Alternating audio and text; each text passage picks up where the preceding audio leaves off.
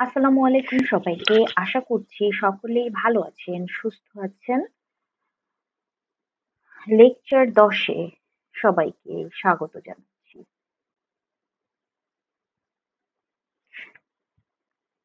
আপনাদের সাথে আছি আমি মাহবুবা আক্তার, প্রভাষক প্রাণীবিদ্যা। আজকে আমরা যে সকল টপিকগুলো নিয়ে আলোচনা করব সেগুলো হলো wildlife fauna of Bangladesh, principal and significance of wildlife conservation in Bangladesh, national parks, game reserve and wildlife sanctuaries. Then আমরা ইকোট্যুরিজম নিয়ে কথা বলবো। তারপরে যে বিভিন্ন জিওগ্রাফিক্যাল রিজনস এবং তাদের ক্যারেক্টারিস্টিক্স এর সাথে সাথে আমরা বার্ড এবং ম্যামালিয়ান ফনা গুলো নিয়ে কথা বলবো। ওয়ালেস লাইন এবং ওয়েবার লাইন নিয়ে কথা বলবো এবং তাদের এন্ডেমিক ফনা গুলো আমরা একটু আলোকপাত করার চেষ্টা করব। এরপরে আমরা সর্বশেষ আজকে যে টপিক সেটা হলো ওরিয়েন্টাল রিজন এবং এটার রিলেশনশিপটা কি বাংলাদেশের সাথে সেটা নিয়ে কথা বলবো। তো প্রথমেই বাংলাদেশের যে ওয়াইল্ড লাইফ সেটা নিয়ে আমরা যদি কথা বলতে চাই, যে বাংলাদেশ কিন্তু আয়তনে একটা ছোট দেশ, হ্যাঁ, কিন্তু এটা কিন্তু জীববৈচিত্র্যে অত্যন্ত সমৃদ্ধ একটা দেশ। অসংখ্য নদ নদী আছে, খাল বিল আছে, বনভূমি আছে এবং ভিন্ন ভিন্ন ভিন্ন ভিন্ন জলবায়ু এবং অঞ্চলের কারণে এখানে কিন্তু নানান প্রজাতির বন্যপ্রাণীর যে সমাবেশ সেটা গড়ে উঠেছে।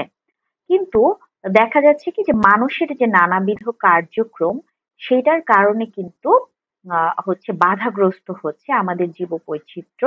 আমাদের বন উজাড় হয়ে যাচ্ছে, শিল্পান্নয়ন ঘটছে, নগরায়ন ঘটছে, অতিরিক্ত পরিমাণে শিকার হচ্ছে প্রাণীরা।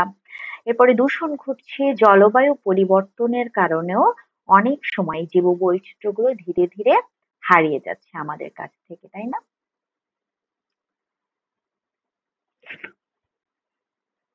বাংলাদেশে যে বন্যপ্রাণীর সংখ্যা সেটা হচ্ছে ন্যাশনাল স্পিসিস ডাটাবেস 2024 অনুসারে বাংলাদেশে উভচর প্রাণী আছে 49টি, সরীসৃপ প্রাণী আছে 67টি, পাখি আছে 566টি এবং স্তন্যপায়ী প্রজাতি আছে 139টি।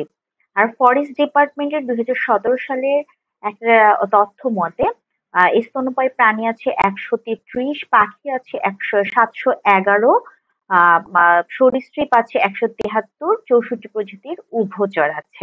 হুম। আহ তো এই গেল মোটামুটি বন্যপ্রাণীর সংখ্যা। এখন বাংলাদেশের যে উল্লেখযোগ্য যেসব বন্যপ্রাণী আছে তার মধ্যে প্রথমেই আলোচনার জন্য আমরা স্তন্যপায়ী প্রাণীটাকে সিলেক্ট করতে পারি। যে স্তন্যপায়ী প্রাণীর মধ্যে আমরা প্রথমেই হচ্ছে যদি রয়্যাল বেঙ্গল টাইগার পেন্থেরা টাইগ্রিস এর কথা বলি, হ্যাঁ, তো সেটা কোথায় বসবাস করে? সুন্দরবনের ম্যানগ্রোভ ফরেস্টে। এবং এদেরকে কিন্তু মহাবিপন্ন প্রজাতি হিসেবে, হ্যাঁ, এরা কিন্তু ক্রিটিক্যালি এন্ডেঞ্জার্ড, হ্যাঁ, এরা হলো ক্রিটিক্যালি এন্ডেঞ্জার্ড হচ্ছে প্রজাতি হিসেবে এরা কিন্তু বিবেচিত হয়েছে। এরপরে যদি আমরা আসি হাতি নিয়ে, হাতি হচ্ছে এশিয়ান এলিফ্যান্ট, যেটার বৈজ্ঞানিক নাম হলো গিয়ে এলিফাস ম্যাক্সিমাস, যেটার হচ্ছে দেখা যায় পার্বত্য চট্টগ্রাম এবং সিলেট অঞ্চলে পাওয়া যায়।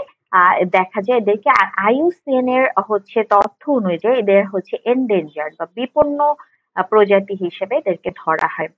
এরপরে আসি আমরা হরিণে, যেমন হচ্ছে হরিণ, চিত্রা হরিণ হতে পারে, মায়া হরিণ, বার্কিং ডিয়ার, বিভিন্ন ধরনের হরিণ পাওয়া যায়। তো এগুলো কিন্তু চিত্রা হরিণ কিন্তু সুন্দরবন এবং অন্যান্য যে শুষ্ক বনাঞ্চল আছে ওগুলোতে প্রচুর পরিমাণে পাওয়া যায়। এরপরে হচ্ছে বানর, তারপরে হচ্ছে গিবন, রেসাস বানর, লাল লেজি বানর, কেট লাঙ্গর, হুলুক গিবন, এগুলো কিন্তু পাওয়া যায়। একমাত্র বনমানব প্রজাতির মধ্যে কিন্তু এই যে হুলক গিবন যেটা আছে এটা বাংলাদেশের পাহাড়ি বনে পাওয়া যায়। আর হচ্ছে জলজ যে স্তন্যপায়ী প্রাণী এর মধ্যে আছে ইরাবতী ডলফিন, তারপরে আছে গাঙ্গেয় ডলফিন। হ্যাঁ, এই গাঙ্গেয় ডলফিন এটাকে কিন্তু আবার এন্ডেঞ্জার্ড বলা হয়ে থাকে, যেটা বাংলাদেশের সুন্দরবনের যে নদ নদী সেখানে পাওয়া যায়।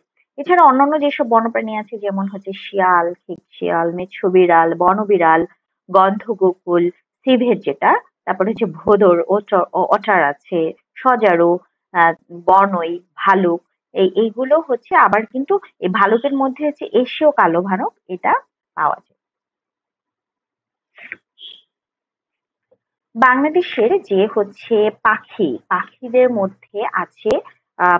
মধ্যে বাংলাদেশের পাখিরা কিন্তু আমাদের দেশটা যেহেতু অনেক সমৃদ্ধ, তো এখানে কিন্তু বেশ পাখিদের জন্য একটা বেশ বড় আবাস ভূমি হিসেবে কাজ করে বাংলাদেশ।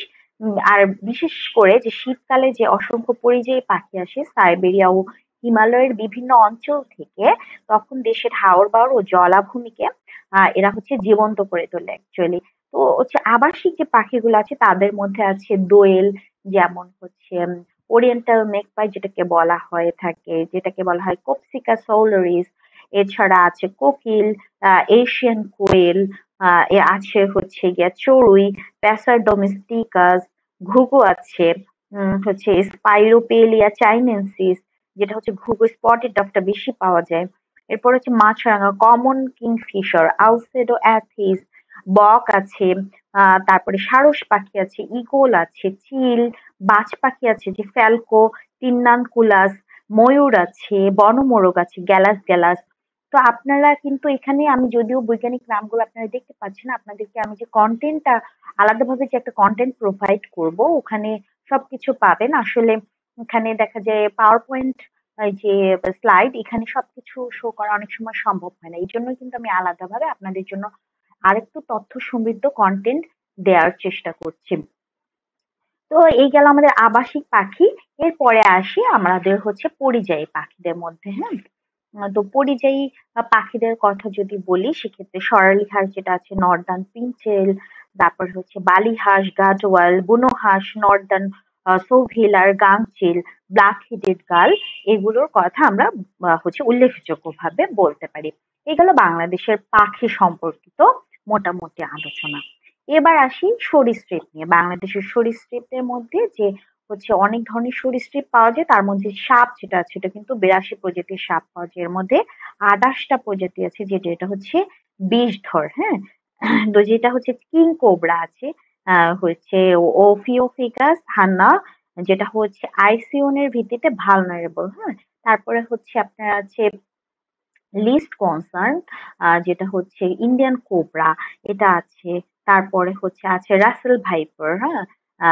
দেবিউয়া রাসেলি আইওসিনে, এটাকেও লিস্ট কনসার্ন বলেছে। তারপরে হচ্ছে হচ্ছে ইন্ডিয়ান পাইথন অজগর, যেটা হচ্ছে তো ওইটাকে আবার থ্রেটেন্ড হিসেবে রাখছে, হ্যাঁ। তো এরপরে আসি, আমরা যদি সাপের কথা বললাম কিছুটা, এরপরে হচ্ছে কাছিমের কথা বলি যদি, যে প্রায় 27 প্রজাতির কাছিম কচ্ছপ আছে, যেমন গঙ্গা নদীর সফটেল কাছিম আছে। তারপরে হচ্ছে যেটাকে ভালনারেবল বলা হয়েছে, Indian roof turtle least concern ধরা হয়েছে এটাকে। তারপরে স্টার টর্টোয়েজ ভালনারেবল ধরা হয়েছে, olive ridley sea turtle vulnerable ধরা হয়েছে। তো এগুলো মোটামুটি হচ্ছে আমাদের কাছিম কচ্ছপের উল্লেখযোগ্য প্রজাতি। এছাড়া অন্যান্য আরো কিছু উল্লেখযোগ্য প্রজাতি আছে, যেমন হচ্ছে গিরগিটি, গার্ডেন লিজার্ড আছে, তারপর কুমির আছে, মিঠা পানির কুমির, তারপরে হচ্ছে নোনা পানির কুমির আছে। মিঠা পানির কুমিরকে কি বলা হয়? ক্রোকোডাইলাস প্যালাস্ট্রিস, হ্যাঁ। এছাড়া নোনা পানির যে কুমির আছে সেটা হচ্ছে ক্রোকোডাইলাস পরোসাস। এগুলো কিন্তু আপনারা জানেন। আমি সেটা ভালোভাবেই বুঝতে পারি যে আপনারা মোটামুটি সবকিছুই জানেন, শুধুমাত্র আমাদের কাজ আপনাদেরকে একটু টাচ দিয়ে যাওয়া, যাতে আপনাদের পড়াটা একটু গাইডলাইনের মধ্যে থাকে। এরপরে হচ্ছে আমরা উভচর প্রাণী নিয়ে একটু কথা বলি। উভচর প্রাণীদের মধ্যে বাংলাদেশে প্রায় দেখা গিয়েছে যে 22 প্রজাতির উভচর প্রাণী রয়েছে। যেমন আছে হচ্ছে যে বুল ফ্রগ আছে, হ্যাঁ, হপ্লোপেট্রাকাস টাইগেরিনাস, যেটাকে লিস্ট কনসার্ন ধরা হয়। এছাড়া আছে হচ্ছে কমন ইন্ডিয়ান ট্রি ফ্রগ, হ্যাঁ, পলিপেডাটিস লিউকোমিস্টাস, যেটাকে লিস্ট কনসার্ন হিসেবে ধরা হয়। মাইক্রোহাইলিড ব্যাং আছে, মাইক্রোহাইলা অর্নেটাম। এছাড়া আছে পাহাড়ি ব্যাং, হ্যাঁ, যেটাকে নিয়ার থ্রেটেন্ড বলা হয়েছে। তো বাংলাদেশে যে কোনো ব্যাং যেটা আছে, এটা মূলত কিন্তু বুফোনিডি পরিবারভুক্ত, তাই না? আর এখানে প্রায় 3 প্রজাতির কোনো ব্যাং আছে। তো এই 3 প্রজাতির মধ্যে আছে হচ্ছে এশিয়ান কমন টোড, যেটার বৈজ্ঞানিক নাম হচ্ছে দুট্রাফিনাস মেলানোস্টিকটাস, যেটা সারা দেশেই নামটা প্রচলিত, আর হচ্ছে সারা দেশে পাওয়া যায়। কালচে দাগযুক্ত বাদামি রং তাদের থাকে, চোখের পিছনে প্যারোটয়েড গ্রন্থি থাকে। এদেরকে আইউসিএনের স্ট্যাটাস অনুযায়ী লিস্ট কনসার্ন ধরা হয়। আর দক্ষিণ এশীয় বড় কোনো ব্যাঙ আছে যেগুলো হচ্ছে গিয়া ফ্রাইনোইডিস এসপার বৈজ্ঞানিক নাম। এদের বৈশিষ্ট্য হচ্ছে এরা আকারে বেশ বড় থাকে, এদের চামড়াটা খসখসে থাকে। নদী ও পাহাড়ি অরণ্যে এদেরকে বেশি পাওয়া যায়, চট্টগ্রাম ও সিলেট অঞ্চলে। তারপরে হচ্ছে অ্যানসোনিয়ার কোনো ব্যাঙ যেটা হচ্ছে ড্রফ টোড, এটা হচ্ছে বাংলাদেশের সীমিত উপস্থিতি। এদের বৈজ্ঞানিক নাম তো বললামই, এদের আকারটা একটু ছোট থেকে, তবে হচ্ছে পার্বত্য চট্টগ্রামের ঝর্ণাধারায় এটাকে পাওয়া যেতে পারে। তারপরে হচ্ছে এখন আমরা যেটা নিয়ে আলোচনা করবো ওয়াইল্ড লাইফের, আমরা বিভিন্ন প্রজাতি নিয়ে কিন্তু কথা বললাম যে হচ্ছে অনেক কিছু নিয়ে। তো এইগুলার ভিতর থেকে আপনারা দেখবেন যে কমন যে নামগুলা আছে, আর হচ্ছে বিশেষ করে আমি প্রথমে যে ডাটাটা দেওয়ার চেষ্টা করেছি যে হচ্ছে আপনাদের বন্যপ্রাণীর সংখ্যার, এটা একটু মাথায় রাখার সুন্দরভাবে চেষ্টা করবেন এবং কি কি পাওয়া যায় এই দিকে একটু ভালোভাবে মনে রাখবেন। আমরা যখন ওরিয়েন্টাল অঞ্চলও পড়বো তখনও দেখবেন যে এগুলো আপনাদের জন্য তখন সহজ হয়ে যাবে।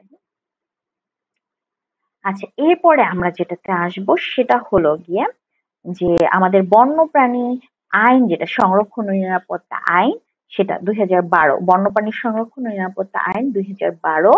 এর কিছু গুরুত্বপূর্ণ ধারা রয়েছে, অনুচ্ছেদ রয়েছে যেটা কিনা বন্যপ্রাণী সংরক্ষণে গুরুত্বপূর্ণ ভূমিকা পালন করে। সেরকমেরই কিছু ধারা নিয়েই আমাদের আজকের এই আলোচনা। হ্যাঁ, যেমন হচ্ছে বাসস্থান সংরক্ষণ, প্রজাতি সংরক্ষণ, অবৈধ শিকার ও বাণিজ্য রোধ, জনসচেতনতা বৃদ্ধি, তারপরে আইন ও বিধি প্রয়োগ, গবেষণা ও পর্যবেক্ষণ, তারপরে জীববৈচিত্র্য সংরক্ষণ।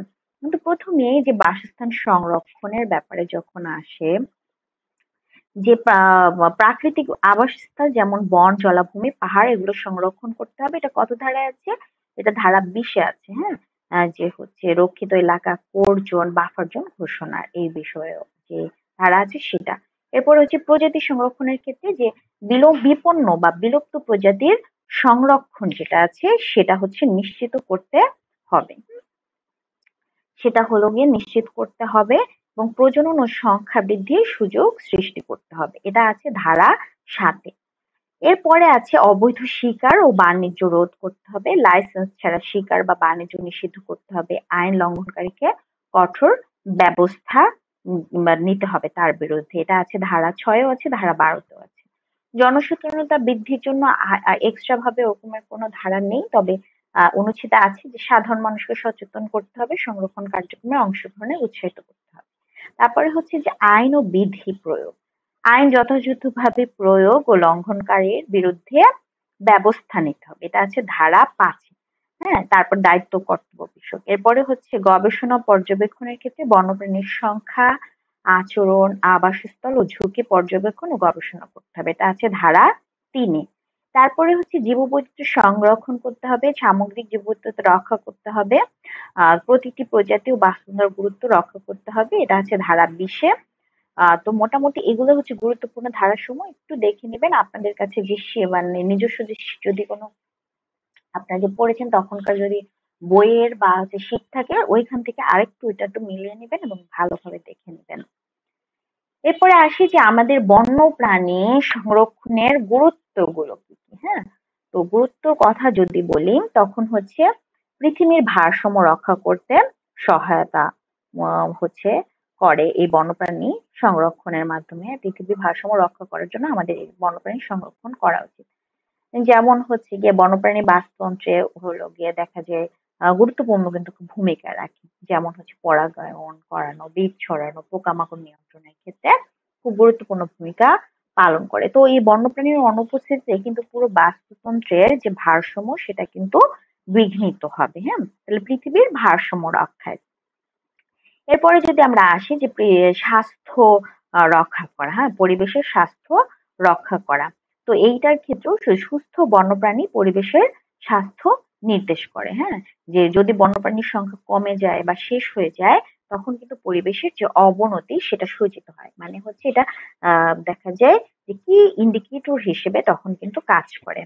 এছাড়া হচ্ছে খাদ্য শৃঙ্খল সংরক্ষণের ক্ষেত্রেও আমাদের এইটা যে বন্যপ্রাণী সংরক্ষণ এটা খুব জরুরি।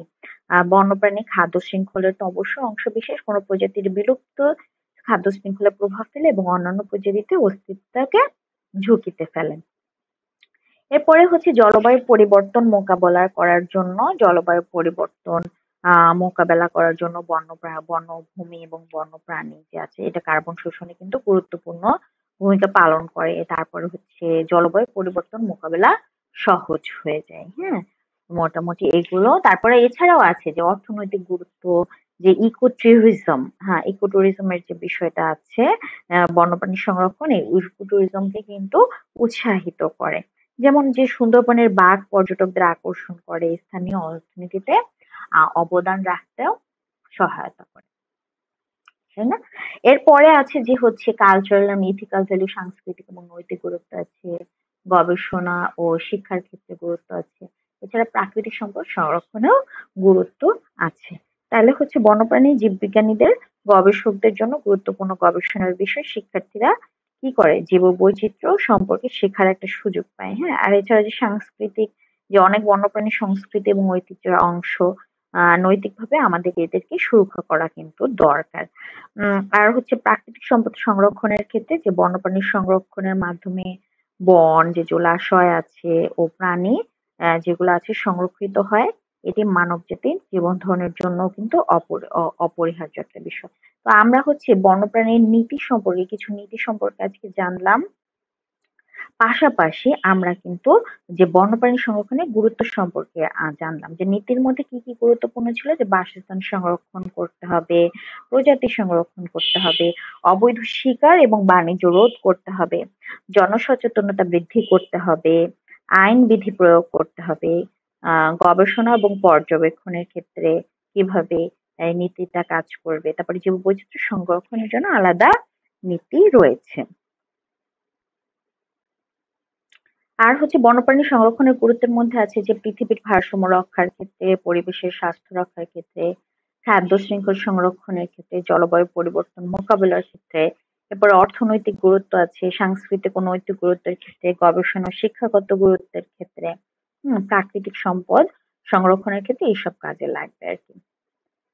এছাড়া আমাদের হচ্ছে আরো কিছু তথ্য আছে ওয়াইল্ড ফনা সম্পর্কে। বাংলাদেশের যে রয়্যাল বেঙ্গল টাইগার, সেটা সংখ্যা নিয়ে সর্বশেষ সরকারি যে জরিপ হয়, এটা ২০২৪ সালে হচ্ছে সুন্দরবনের বাঘের সংখ্যা ১২৫টা হচ্ছে শনাক্ত করা হয়েছে।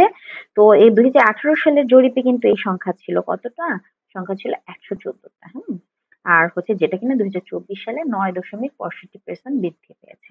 এছাড়া ২০২৫ সালের জুনে পার্বত্য চট্টগ্রামের একটি সংরক্ষিত বনে ক্রিয়েটিভ কনজারভেশন অ্যালায়েন্স এর একটা ক্যামেরা ট্র্যাপের মাধ্যমে চিতাবাঘের ছবি ধারণ করেছে। আর এই বাংলাদেশের যে চিতাবাঘ, এটাকে কিন্তু ক্রিটিক্যালি এন্ডেঞ্জার্ড হিসেবে চিহ্নিত করা হয়েছে। তো হচ্ছে এরপরে হচ্ছে যে আমাদের বাংলাদেশের যে উত্তর পূর্বাঞ্চল, সেখানে হাতির জন্য নতুন সংরক্ষিত এলাকা হিসেবে চুনতি বনাঞ্চল এটাকে হচ্ছে ধরা হয়েছে। এই অঞ্চলে হাতির চলাচলের জন্য করিডোর সৃষ্টি করা থেকে শুরু করে তাদের আবাসস্থল রক্ষায় বিভিন্ন উদ্যোগ কিন্তু গ্রহণ করা হয়েছে। তো বন বিভাগের তথ্য মতে যে ২০১৭ থেকে ২০২১ সাল পর্যন্ত এই অঞ্চলে অন্তত ৫০টি হাতি নিহত হয়েছে, যার মধ্যে সবচেয়ে বেশি নিহত হয়েছে ২০২১ সালে। এরপরে হচ্ছে অলিভ রিডলি কচ্ছপ সম্পর্কে। এটা হচ্ছে বাংলাদেশের পাওয়া সমুদ্রবর্তী একটা হচ্ছে সামুদ্রিক কচ্ছপ, সরীসৃপ, যেটা কিনা ডিম পাড়ে প্রধানত কোথায়, সুন্দরবনের সমুদ্র তীরে, বিশেষ করে যে কক্সবাজারের কিছু অংশে ও বঙ্গোপসাগরের তীরে। আর এটা ধুমকির মুখে পড়ছে প্লাস্টিক দূষণের কারণে, তারপর হচ্ছে সমগ্রভাবে এটা দূষণের কারণে। আর এটা স্ট্যাটাস হচ্ছে ভালনারেবল বা ঝুঁকিপূর্ণ, এটাকে ধরা হচ্ছে। তো আমরা যদি একটা চার্ট দেখি যে আইউসিএন স্ট্যাটাস অনুযায়ী প্রজাতির সংখ্যাগুলো কি কি, ক্রিটিক্যালি এন্ডেঞ্জার্ড আছে ৫ থেকে ৭টা, যারা অত্যন্ত বিপন্ন হয়, চিতাবাঘ, হুলুক গিবন এগুলো। এন্ডেঞ্জার্ড বা বিপন্ন আছে হচ্ছে ২০ থেকে প্রায় ২৫টা, যেমন হচ্ছে এদের উদাহরণ প্রাণী হিসেবে রয়্যাল বেঙ্গল টাইগার, গাঙ্গেয় ডলফিন, ইরাবতী ডলফিন, এগুলার নাম আমরা বলতে পারি। তারপর হচ্ছে ভালনারেবল বা ঝুঁকিপূর্ণ আছে ৩০ থেকে ৩৫টার মধ্যে অলিভ রিডলি কচ্ছপ, লবণাক্ত পানির কুমির, এগুলো আছে। এরপরে হচ্ছে নিওট্রোজেন, যে সংরক্ষণ প্রয়োজন এমন যদি হয় ১৫ থেকে ২০টা আছে, যে এশিয়ান এলিফ্যান্ট, হ্যাঁ, এরকম ভাবে আছে। লিস্ট কনসার্ন কম ঝুঁকিপূর্ণের মধ্যে 200 থেকে 225টা আছে, এরকমের আর কি। তো আপনারা এই চার্টটা ভালো করে দেখবেন, হচ্ছে যেখানে সংখ্যা টংখ্যা আছে, এবং সহজভাবে যেগুলো পারবেন। সবসময় চেষ্টা করবেন আপনার প্রশ্ন সকল কিছু কিন্তু কঠিন আসবে না, প্রশ্ন সহজে হবে, কিন্তু আপনি কনফিউজ থাকবেন, আপনার পরিচিত থাকবে, কিন্তু আপনি বুঝে উঠতে পারবেন না যে আমি কোনটা আনসার করব, এতই আপনারা পড়বেন। কিন্তু বড়টা যখন পড়বেন তখন আমি রিকোয়েস্ট করব আপনারা এমন ভাবে পড়বেন যাতে আপনাদের ভিতরে কনফিউশনটা না থাকে আর কি, হ্যাঁ। তো আসেন এখন কিছু প্রশ্ন দেখি, যে বাংলাদেশের রয়্যাল বেঙ্গল টাইগার কোন বনাঞ্চলে বেশি দেখা যায়। তো খুবই সহজ প্রশ্ন, হচ্ছে সুন্দরবনে বেশি দেখা যায়। বাংলাদেশের রয়্যাল বেঙ্গল টাইগারের সর্বশেষ সরকারি জরিপ অনুযায়ী 2024 সালের সংখ্যা কত? আমরা কিন্তু একটু আগেই পড়েছি, 125টা। বাংলাদেশের চিতাবাঘের আইউসিএন স্ট্যাটাসটা কি? আইউসিএন স্ট্যাটাসটা হলো গিয়ে ক্রিটিক্যালি এন্ডেঞ্জার। বাংলাদেশে হাতি কোন অঞ্চলে প্রধানত দেখা যায়? পার্বত্য চট্টগ্রাম ও সিলেটের পাহাড়ি বন। হাতির আইউসিএন স্ট্যাটাসটা কি? হাতির আইউসিএন স্ট্যাটাসটা হলো এন্ডেঞ্জার। বাংলাদেশে কোন সামুদ্রিক কচ্ছপ সমুদ্রে ডিম পাড়ে এবং প্লাস্টিক দূষণের শিকার? অলিভ রিডলি কচ্ছপ। অলিভ রিডলি কচ্ছপের আইউসিএন স্ট্যাটাস হচ্ছে কেমন? ভালনারেবল। বাংলাদেশ সুন্দরবনে 2025 সালের জুনে কোন সংস্থা চিতা বিভাগের ক্যামেরা ট্র্যাপ ব্যবহার করেছে? কোনটা করেছে? Creative conservation alliance. এইভাবে আপনাদের প্রশ্নগুলো আসবে। এরপরে আসে হচ্ছে ন্যাশনাল পার্ক নিয়ে। ন্যাশনাল পার্ক নিয়ে যদি কথা বলি তাহলে হচ্ছে যে আমাদের যে জাতীয় উদ্যান সেটা হলো বিশেষভাবে নির্ধারিত কোনো একটা প্রাকৃতিক এলাকা, যেখানে কিনা স্থানীয় কোনো উদ্ভিদ ও প্রাণী, বনভূমি, জলাভূমি, অন্যান্য প্রাকৃতিক সম্পদ সংরক্ষণের জন্য, প্রাকৃতিক সম্পদ সংরক্ষণ করার জন্য আমাদের হচ্ছে আইনগতভাবে সুরক্ষা প্রদান করা হয়, হ্যাঁ, এবং এই এলাকায় মানুষ সীমিতভাবে নিয়ন্ত্রিতভাবে প্রবেশ করতে পারে। তাহলে জাতীয় উদ্যান হলো কি? যে এমন একটা এলাকা যেখানে কিনা অনেক স্থানীয় উদ্ভিদ, প্রাণী, বনভূমি এগুলো সংরক্ষণের জন্য হচ্ছে সুরক্ষা প্রদান করা হবে ওই এলাকায়, এবং ওখানে মানুষ সীমিতভাবে প্রবেশ করতে পারবে। এই জাতীয় উদ্যানের নামকরণের বা এটা আলাদাভাবে একটা হচ্ছে সেক্টরিফাই করার কারণটা কি? কারণটা হলো বিপন্ন প্রাণী এবং উদ্ভিদকে সংরক্ষণ করা, হ্যাঁ। তারপরে হচ্ছে প্রাকৃতিক বাস্তুতন্ত্র, পরিবেশের ভারসাম্য রক্ষা করা, গবেষণা ও শিক্ষার যে সুযোগ সেটা তৈরি করা, আর পর্যটক জনগণকে প্রকৃতির সাথে পরিচয় করানো। বাংলাদেশের জীববৈচিত্র্য সংরক্ষণের জন্য একাধিক জাতীয় উদ্যান প্রতিষ্ঠা করা আছে। আর বাংলাদেশের প্রথম যে জাতীয় উদ্যান হচ্ছে সেটা হচ্ছে গিয়ে ভাওয়াল জাতীয় উদ্যান, ভাওয়াল, হ্যাঁ। ভাওয়াল জাতীয় উদ্যান হচ্ছে প্রথম। এছাড়া আছে সুন্দরবন জাতীয় উদ্যান। আমরা প্রত্যেকটা সম্পর্কে অল্প অল্প তথ্য জানবো। হিমছড়ি জাতীয় উদ্যান, লাউয়াছড়া জাতীয় উদ্যান, কাপ্তাই জাতীয় উদ্যান। তো তাহলে আমরা ভাওয়াল জাতীয় উদ্যান সম্পর্কে কি জানলাম? যেটা 1982 সালে প্রতিষ্ঠিত হয়, আর এটা দেশের অন্যতম গুরুত্বপূর্ণ উদ্যান হিসেবে কিন্তু পরিচিত। তো সুন্দরবন যে জাতীয় উদ্যান ওটা খুলনা, বাগেরহাট ও সাতক্ষীরা জেলায় অবস্থিত। এটা বাংলাদেশের একটা বৃহত্তম, বাংলাদেশের একটা বৃহত্তম জাতীয় উদ্যান এবং বিশ্বের বৃহত্তম ম্যানগ্রোভ বনাঞ্চলের অংশ এটা। এখানে বিখ্যাত রয়্যাল বেঙ্গল টাইগার পাওয়া যায়। আর সুন্দরবন জাতীয় উদ্যান শুধু বাংলাদেশের বৃহত্তম উদ্যানই কিন্তু না, এটা কিন্তু একমাত্র জাতীয় উদ্যান যেটা কিনা রামসার সাইট এবং ইউনেস্কোর বিশ্ব ঐতিহ্য তালিকাভুক্ত। তাহলে কোন জাতীয় উদ্যান রামসার সাইট এবং ইউনেস্কোর বিশ্ব ঐতিহ্য তালিকাভুক্ত? সুন্দরবন জাতীয় উদ্যান, সুন্দরবন জাতীয় উদ্যান।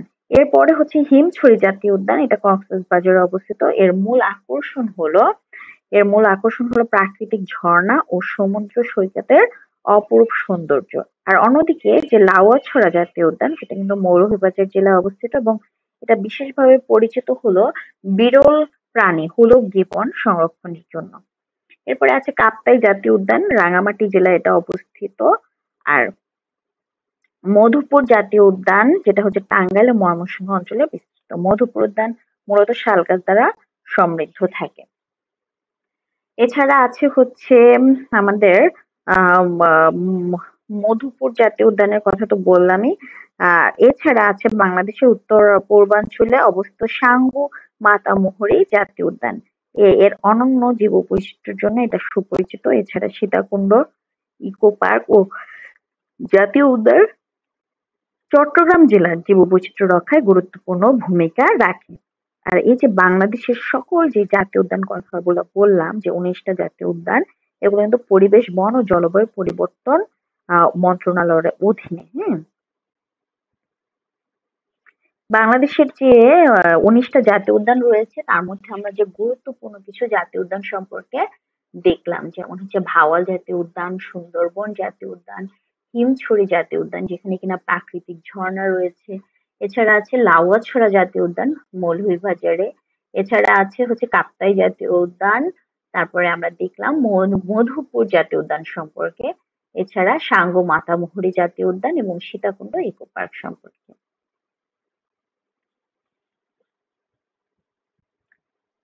এবার আসেন আমরা আরেকটা নতুন টপিকে, সেটা হলো গেম রিজার্ভ। গেম রিজার্ভ, হ্যাঁ, গেম রিজার্ভ হলো হচ্ছে এমন একটা সংরক্ষিত বনভূমি বা এলাকা যেখানে কিনা বন্যপ্রাণী, বিশেষ করে বন্য স্তন্যপায়ী এবং শিকারযোগ্য প্রাণী প্রাকৃতিক পরিবেশে নিরাপদে বাস করতে পারে। হচ্ছে এমন হলো গিয়ে চিন্তা করা লাগবে যে বাস করতে পারবে। আর এই এলাকাগুলোতে শিকার, বাণিজ্য ও অন্যান্য মানুষের হস্তক্ষেপ সীমিত থাকে বা নিষিদ্ধ থাকে। আর এই গেম রিজার্ভের মূল উদ্দেশ্যটা হচ্ছে গিয়ে বন্যপ্রাণীর সংরক্ষণ, তারপর হচ্ছে দেখা গেল যে বন এবং জীববৈচিত্র্য সংরক্ষণ করা, জীব জীববৈচিত্র্য রক্ষা করা এবং বাস্তুতন্ত্রের ভারসাম্য বজায় রাখা। তো প্রথম গেম রিজার্ভ হচ্ছে গিয়ে হিমছড়ি গেম রিজার্ভ। এটা প্রতিষ্ঠা হয় ১৯৫০ সালে কক্সবাজার জেলার চকরিয়ায়। হ্যাঁ, আর হচ্ছে আহ, তারপরে মোট আয়তন যেটা সেটা হচ্ছে পূর্বাচল গেম রিজার্ভের আয়তনের কথা যদি বলি, এটা ১,০০০। আমরা মূল মূল তথ্যগুলো তো দেখার কিন্তু চেষ্টা করব। হাতি সংরক্ষণ হয় হচ্ছে চুনতি গেম রিজার্ভে, বাংলাদেশের শেষ বন্য হাতির অভয়ারণ্য। এরপরে হচ্ছে বানর প্রজাতি হচ্ছে সীতাকুণ্ড গেম রিজার্ভে বেশি দেখা যায়। এরপরে হচ্ছে সবচেয়ে দক্ষিণতম রিজার্ভ হচ্ছে টেকনাফ গেম রিজার্ভ, হাতি অন্যান্য বন্যপ্রাণী সংরক্ষণের জন্য এটা কিন্তু গুরুত্বপূর্ণ। সুন্দরবনের কাছাকাছি রিজার্ভ আছে যেটা দুধপুকুরিয়া ধোপাছড়ি গেম রিজার্ভ। এরপরে আছে হচ্ছে পরিচালনা হয় এই যে আমাদের যে গেম রিজার্ভ গুলো পরিচালিত হয় কিসের মাধ্যমে? পরিবেশ, বন ও জলবায়ু পরিবর্তন মন্ত্রণালয়ের অধীনে। হ্যাঁ, আর এটার আইনের জন্য এখানে যে আইন প্রয়োগ করা যাবে সেটা হচ্ছে বন্যপ্রাণী সংরক্ষণ ও নিরাপত্তা আইন ২০১২। আর এদের হচ্ছে পর্যটন উন্নয়ন হচ্ছে ইকো ট্যুরিজম, ট্রেকিং পথ, তারপর হচ্ছে নিরাপদ পথ ও গাইড সুবিধা থাকে। আর সীতাকুণ্ড গেম রিজার্ভের প্রতিষ্ঠার সাল হচ্ছে ২০১০ সাল। আর হিমছড়ি গেম রিজার্ভের প্রধান বৈশিষ্ট্য কি? প্রধান বৈশিষ্ট্য হচ্ছে গিয়ে প্রাকৃতিক ঝর্ণা ও সমুদ্র সৈকত। এখন আমরা যেটা পড়বো সেটা হলো বন্যপ্রাণী অভয়ারণ্য নিয়ে। হ্যাঁ, ওয়াইল্ড লাইফ স্যাংচুয়ারিজ। বন্যপ্রাণী অভয়ারণ্য হলো এমন একটা সুরক্ষিত এলাকা, এমন একটা সুরক্ষিত এলাকা যেখানে কিনা বন্যপ্রাণী ও তাদের প্রাকৃতিক আবাসস্থলকে বিশেষভাবে সংরক্ষণ করা হয়। এটার যদি উদ্দেশ্য বলি যে বন্যপ্রাণীদের নিরাপদ প্রজনন এবং বৃদ্ধি নিশ্চিত করা, তারপরে প্রাকৃতিক পরিবেশ রক্ষা করা, তারপরে হচ্ছে শিকার বন্দি রাখা বা অন্য কোনোভাবে তাদের ক্ষতি করা। তো হচ্ছে এগুলো সবকিছু কঠোরভাবে নিষিদ্ধ থাকবে। আর বাংলাদেশ বন ও পরিবেশ মন্ত্রণালয়ের অধীনে এটা পরিচালিত হয়। আর বাংলাদেশের বন অধিদপ্তর কর্তৃক ২৪টি বন্যপ্রাণী অভয়ারণ্যের কথা বলা হয়েছে। কতগুলো? ২৪টা। তাহলে বন্যপ্রাণী অভয়ারণ্য হলো এমন একটা সুরক্ষিত এলাকা যেখানে কিনা বন্যপ্রাণী এবং তাদের যে প্রাকৃতিক যে আবাসস্থল সেটাকে সংরক্ষণ করা বোঝায়। উল্লেখযোগ্য কিছু আমরা বন্যপ্রাণী অভয়ারণ্য সম্পর্কে একটু জানার চেষ্টা করি। যে সুন্দরবনের বন্যপ্রাণী অভয়ারণ্য, যে ৩টা বন্যপ্রাণী অভয়ারণ্য আছে, একটা হচ্ছে সুন্দরবন পূর্ব হচ্ছে বন্যপ্রাণী অভয়ারণ্য, সুন্দরবন পশ্চিম বন্যপ্রাণী অভয়ারণ্য, সুন্দরবন দক্ষিণ বন্যপ্রাণী অভয়ারণ্য। হুম, তো সুন্দরবন পূর্ব বন্যপ্রাণী অভয়ারণ্য যেটা আছে এটা হচ্ছে বাগেরহাট জেলায় অবস্থিত থাকে। এটা হচ্ছে কোথায়? বাগেরহাট জেলায় অবস্থিত। আর যেটা হচ্ছে গিয়ে পশ্চিম সেটা হচ্ছে সাতক্ষীরা জেলায়, এবং যেটা হলো গিয়ে দক্ষিণ সেটা হলো খুলনা জেলায় অবস্থিত। আর এখানে হচ্ছে দেখা যায় রয়্যাল বেঙ্গল টাইগার, তারপর হচ্ছে চিত্রা হরিণ, ম্যানগ্রোভ বন বৈচিত্র্য, এগুলো সবকিছুই কিন্তু মোটামুটি পাওয়া যায়। এরপরে হলো আমাদের রেমা কালেঙ্গা বন্যপ্রাণী অভয়ারণ্য। হ্যাঁ, এটা হচ্ছে হবিগঞ্জ জেলায়। এদের বিশেষ বৈশিষ্ট্য হচ্ছে সমৃদ্ধ এদের বনভূমি। এদের গুরুত্বপূর্ণ পাখি প্রাণীর মধ্যে আছে মায়া হরিণ, চিত্রা হরিণ, বানর, বন শূকর, পাখি, সরীসৃপ, এগুলো উভচর এইগুলো। তারপরে আছে হচ্ছে চুনতি বন্যপ্রাণী অভয়ারণ্য। চুনতি বন্যপ্রাণী অভয়ারণ্য হচ্ছে, এটা হচ্ছে চট্টগ্রাম জেলায় অবস্থিত। আর এদের বৈশিষ্ট্যের মধ্যে আছে যে এশীয় হাতির বিচরণ আছে এখানে। আর এদের বাস্তুতন্ত্র বিভিন্ন প্রজাতির পাখি এবং বন্যপ্রাণীর আবাসস্থল এখানে আছে। তো সুন্দরবনের বন্যপ্রাণী অভয়ারণ্য সম্পর্কে জানলাম, রেমা কালেঙ্গা অভয়ারণ্য, চুনতি অভয়ারণ্য। এরপরে আমরা দেখি হচ্ছে চরকুকরি মুকরি বন্যপ্রাণী অভয়ারণ্য, যেটা কিনা ভোলা জেলায়। আর এটার বৈশিষ্ট্য হচ্ছে ম্যানগ্রোভ বন শীতকালে পরিযায়ী পাখিদের একটা ভালো আবাসস্থল হিসেবে কাজ করে এই দুধপুকুরিয়া ধোপাছড়ি বন্যপ্রাণী অভয়ারণ্য। হ্যাঁ, তারপর হচ্ছে হাতিয়া ও নিঝুম দ্বীপের ডলফিন অভয়ারণ্য, যেমন নোয়াখালীতে আর কি, এটা নোয়াখালীতে আছে। ও আচ্ছা, মাঝখান দিয়ে হচ্ছে একটা বাদ গেল, সেটা হচ্ছে কি কোথায়, পাবলাখালী বন্যপ্রাণী অভয়ারণ্য। পাবলাখালী হচ্ছে বন্যপ্রাণী পার্বত্য চট্টগ্রামের পাহাড়ি পাহাড়ি এলাকায় এটা আছে। এটার হচ্ছে যদি বৈশিষ্ট্য বলি, এটা হচ্ছে পাহাড়ি বন এবং জীববৈচিত্র্য সংরক্ষণের জন্য এটা কিন্তু খুবই গুরুত্বপূর্ণ ভূমিকা পালন করে। আর এরপরে আসি আমরা এখানের হচ্ছে গিয়ে গুরুত্বপূর্ণ গুলোর মধ্যে সর্বশেষ সেটা হচ্ছে হাতিয়া ও নিঝুম দ্বীপ ডলফিন অভয়ারণ্য, যেটা কিনা নোয়াখালীতে আছে। আর এটার বৈশিষ্ট্য হচ্ছে ডলফিন সংরক্ষণ করা। আর অন্যান্য বন্যপ্রাণী অভয়ারণ্য যেমন হচ্ছে নজিরগড় অভয়ারণ্য আছে, শিলাগড় মরাক অভয়ারণ্য আছে। তো আমরা হচ্ছে কিছু গুরুত্বপূর্ণ অভয়ারণ্য সম্পর্কে জানলাম, যে সুন্দরবনের বন্যপ্রাণী অভয়ারণ্য, যেটার মধ্যে আবার ৩টা ভাগ আছে। এরপর রেমা কালেঙ্গা অভয়ারণ্য, চুনতি অভয়ারণ্য, চরকুকরি মুকরি অভয়ারণ্য, পাবলাখালী অভয়ারণ্য, দুধপুকুরিয়া ধোপাছড়ি অভয়ারণ্য, এছাড়া আছে হাতিয়া ও নিঝুম দ্বীপ ডলফিন অভয়ারণ্য। তো এবার আমরা কিছু স্যাম্পল প্রশ্ন দেখি, যে বাংলাদেশের প্রথম জাতীয় উদ্যান কোনটি? বাংলাদেশের প্রথম জাতীয় উদ্যান হচ্ছে ভাওয়াল। হ্যাঁ, সুন্দরবন জাতীয় উদ্যান কোন জেলায় অবস্থিত? সুন্দরবন জাতীয় উদ্যান কোন জেলায় অবস্থিত? খুলনা, বাগেরহাট ও সাতক্ষীরা জেলায়। বাংলাদেশের বৃহত্তম জাতীয় উদ্যান কোনটি? বাংলাদেশের বৃহত্তম জাতীয় উদ্যান হচ্ছে সুন্দরবন। হিমছড়ি জাতীয় উদ্যানের প্রধান আকর্ষণ কি? সেটা হচ্ছে প্রাকৃতিক ঝর্ণা ও সমুদ্র সৈকত। লাউয়াছড়া জাতীয় উদ্যান কোন প্রাণীর জন্য বিখ্যাত? হলুদ গিবনের জন্য বিখ্যাত। আর বাংলাদেশের জাতীয় উদ্যানগুলো কোন মন্ত্রণালয়ের অধীনে পরিচালিত হয়? পরিবেশ, বন ও জলবায়ু পরিবর্তন মন্ত্রণালয়। রামসার সাইট হিসেবে স্বীকৃত বাংলাদেশের একমাত্র জাতীয় উদ্যান কোনটা? সুন্দরবন। এরপরে হলো কাপ্তাই জাতীয় উদ্যান, এটা কোন জেলা অবস্থিত? হচ্ছে রাঙ্গামাটি জেলা। কোন জেলা? কাপ্তাই জাতীয় উদ্যান হচ্ছে গিয়ে অবস্থিত হচ্ছে রাঙ্গামাটি জেলা। এরপরে আমাদের যে টপিকটা সেটা হলো গিয়ে ইকো ট্যুরিজম। হ্যাঁ,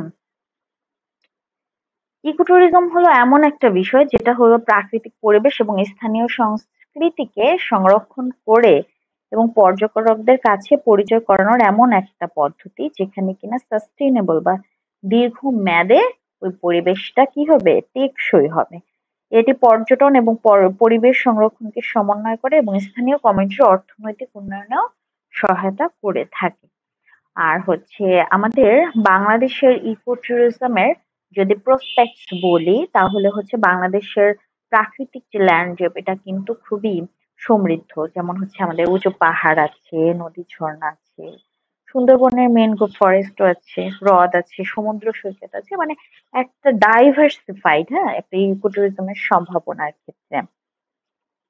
এখন আমরা যদি বলি সাস্টেইনেবল ইকো ট্যুরিজম আর অর্থনৈতিক উন্নয়ন, এই বিষয়টা নিয়ে, যে সাস্টেইনেবল ইকো ট্যুরিজম যে প্রাকৃতিক ও মানব সৃষ্ট পরিবেশের ভারসাম্যটা বজায় রাখে বায়োডাইভার্সিটি সংরক্ষণ এবং কম ক্ষতি করার নীতি অনুসরণ করে সাস্টেনেবল ইকোট্যুরিজমে। হ্যাঁ, এরপরে স্থানীয় কমিউনিটির অংশগ্রহণ নিশ্চিত করে, আর যাতে পর্যটন অর্থনৈতিক পরিবেশগত ভাবে কি হয়, টেকসই হয়, সেই বিষয়টাও খেয়াল রাখা হয়। এখন অর্থনৈতিক অবদান যদি বলি, যে 2025 সালে বাংলাদেশের ট্যুরিজমের জিডিপিতে অবদান প্রায় কত পার্সেন্ট? 4%। আর ভিজিট বাংলাদেশ ক্যাম্পেইন 2023 সালের শেষে শুরু হয়, আর যা 2025 সালে পর্যটন বৃদ্ধিতে উল্লেখযোগ্য ভূমিকা পালন করে। তো আমাদের এটার ক্ষেত্রে আরো কিছু কথা আছে, যে মূল পরিকল্পনাকে নেগেটিভ ইমপ্যাক্ট অ্যাভয়েড করা, তারপর পরিবেশ সচেতনতা বৃদ্ধি করা, তারপর কনফারেন্সিভ মাস্টার প্ল্যান ডেভেলপ করা, আর 7টা স্টেট ল্যান্ডে রিনিউয়েবল এনার্জি এবং ইকোট্যুরিজম প্রজেক্ট চালু করা। হ্যাঁ, তো শর্ট অ্যানালাইসিস অনুযায়ী শক্তিশালী কিছু দিক আছে আমাদের দেশে ইকোট্যুরিজমের জন্য, যেমন বাংলাদেশের প্রাকৃতিক সৌন্দর্য, বায়োডাইভার্সিটি, পাহাড়ি বন, নদী, হ্রদ এবং সমুদ্র সৈকতের নান্দনিকতা। এরপর কিছু উদ্ভাবন আছে, উদ্যোগ আছে, যে 2025 সালে ডিএম এর সেলস 10 কোটি টাকা, যেটা কিনা কালচারাল এবং ইকোট্যুরিজম যে প্রচারণা আছে সেটাতে ব্যবহার করা হচ্ছে। তারপর ওয়েটল্যান্ডস এ ট্যুরিজম রেস্ট্রিকশন প্রয়োগ করা হয়েছে পরিবেশ সংরক্ষণের জন্য। এরকম অনেক কিছু উদ্যোগ গ্রহণ করা হয়েছে আসলে। এরপরে কমিউনিটি বেসড কিছু ট্যুরিজম আছে, যে কমিউনিটি বেসড ট্যুরিজমের মধ্যে যে স্থানীয় কমিউনিটি অর্থনৈতিক উন্নয়ন নিশ্চিত করতে পারে, তারপর পরিবেশ সংরক্ষণ এবং পর্যটনকে ব্যালেন্স করতে পারে। সুন্দরবনকে ওয়ার্ল্ড ক্লাস ডেস্টিনেশন করার জন্য কমিউনিটি বেসড যে প্রজেক্ট, সেটা গুরুত্বপূর্ণ ভূমিকা পালন করছে কিন্তু। এরপর ইকো ট্যুরিজমের যে প্রভাব আছে, হ্যাঁ, সেটা যে বায়োডাইভার্সিটি সংরক্ষণ, পরিবেশ রক্ষা ও টেকসই ব্যবস্থাপনা, তারপর স্থানীয় মানুষের অংশগ্রহণ ও সচেতনতা বৃদ্ধি করা।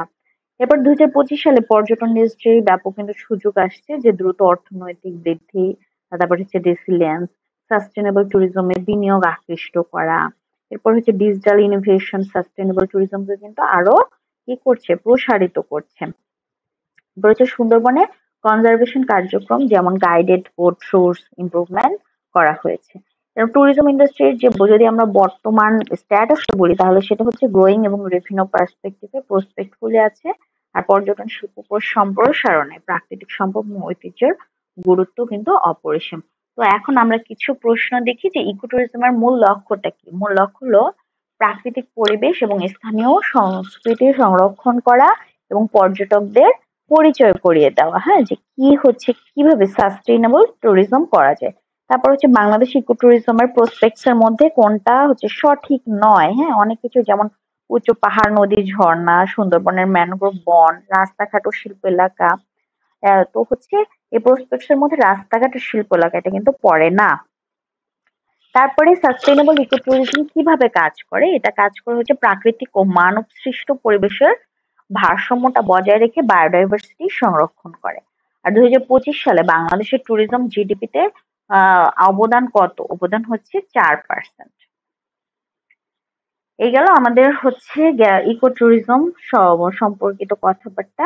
এবার আমরা দেখব জিওগ্রাফিক্যাল রিজনস এবং তাদের বিভিন্ন বৈশিষ্ট্যগুলো, এবং বৈশিষ্ট্যের মধ্যে আমরা বার্ড এবং ম্যামালিয়ান ফন্ট নিয়ে গুরুত্বপূর্ণ আলোচনা করব।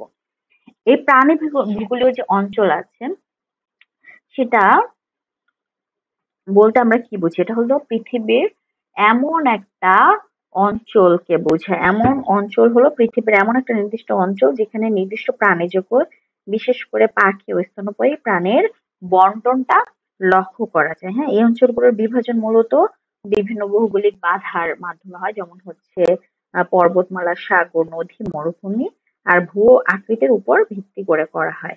আর এটা প্রাণী জগতের বন্টন বোঝার জন্য সহায়ক।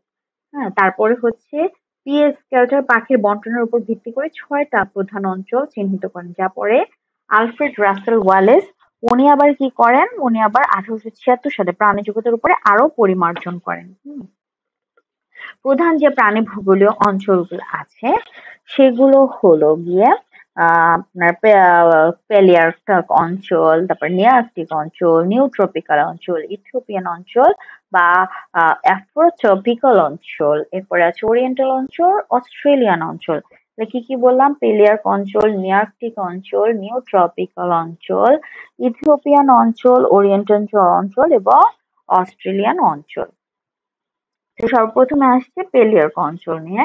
পেলিয়ার্ক অঞ্চল নিয়ে যদি বলি, এটার ভৌগোলিক সীমা কতটুকু? ভৌগোলিক সীমা হচ্ছে গিয়ে ইউরোপ, তারপর হচ্ছে উত্তর এশিয়া, উত্তর আফ্রিকা, এরকমের আর কি, উত্তর আফ্রিকার অংশ এরকম। আর জলবায়ু ও ভূগঠনের ক্ষেত্রে মৃদু থেকে উপ আর্কটিক জলবায়ু, তুন্দ্রা, বড় বনভূমি, স্টেপস মরুভূমি, পাহাড়ি এলাকা, তারপর হচ্ছে নর্থ বিল এরকমের। আর হচ্ছে বৈশিষ্ট্য যদি বলি, যে ধূসর উপবলিত এলাকা আছে, তারপরে শীতকালীন তুন্দ্রা ও কনফারেন্সের বনটা বেশি থাকে। আর এদের যে বার্ড ফনা, সেটার মধ্যে হচ্ছে টার্ন, রেন, এগুলো পাওয়া যায় কিন্তু। পেলিয়ার্কের মধ্যে টার্ন, রেন, ফিঞ্চ, তারপর হচ্ছে পেড্রিজ। আর এন্ডেমিকের মধ্যে আছে ইউরোপিয়ান গোল্ড ফিঞ্চ, রক, টারমাইকান। এগুলো হচ্ছে একটু ভালো করে দেখতে হবে, হ্যাঁ, যে কোনটার এন্ডেমিক বা কোন অঞ্চলে কোন কোন কিছু পাওয়া যায়। এরপরে হচ্ছে স্তন্যপায়ী ফনার কথা যদি বলি, তখন হচ্ছে আছে হচ্ছে গিয়া উলফ আছে, ওয়াইল্ড পিগ আছে, হ্যাঁ, হেজ হগ আছে, ইউরোপিয়ান বাইসন আছে, ডিয়ার আছে, মল রেট আছে, এগুলো আছে। আর সরীসৃপ উভচরের মধ্যে কমন ফ্রগ আছে, গ্রাস স্নেক আছে, ইউরোপিয়ান টোড আছে। এরপরে আসি আমরা নেআর্কটিক অঞ্চলে। যে এটার হচ্ছে ভৌগোলিক সীমা যদি আমরা বলি, তাহলে হচ্ছে উত্তর আমেরিকা, উত্তর মেক্সিকো। জলবায়ু ও ভূগঠনের দিয়ে তুন্দ্রা থেকে মৃদু বন, আলপাইন পাহাড়, নদ নদী, বিল, সমতল এলাকা এরকম। আর বৈশিষ্ট্যের দিক থেকে শীতকালের তুন্দ্রা, হ্যাঁ। আর পাখি বা ফনা হচ্ছে টার্কি, তারপরে হচ্ছে পেলিকান, ক্রো, কোকো, তারপরে হচ্ছে পিজিয়ান আছে, সোয়ান, কাইট, আউল, হক, হামিং বার্ড পাখি আছে, উড পেকার আছে, এগুলো। আর এন্ডেমিকের মধ্যে আছে আমেরিকান রবিন, আর হচ্ছে ব্লু জে। স্তন্যপায়ী প্রাণীদের মধ্যে আছে হচ্ছে নিয়ার্কটিকে উলফ আছে, বিয়ার আছে, বাইসন আছে, মাস্ট অফ আছে, ডিয়ার আছে, কেরিবো, তারপর হচ্ছে আর্মাডিলো, অপসম, এগুলো আছে। সরীসৃপ উভচরের মধ্যে কমন ফ্রগ তো আছে, স্যালামান্ডার আছে, গার্টার স্নেক আছে, এগুলো।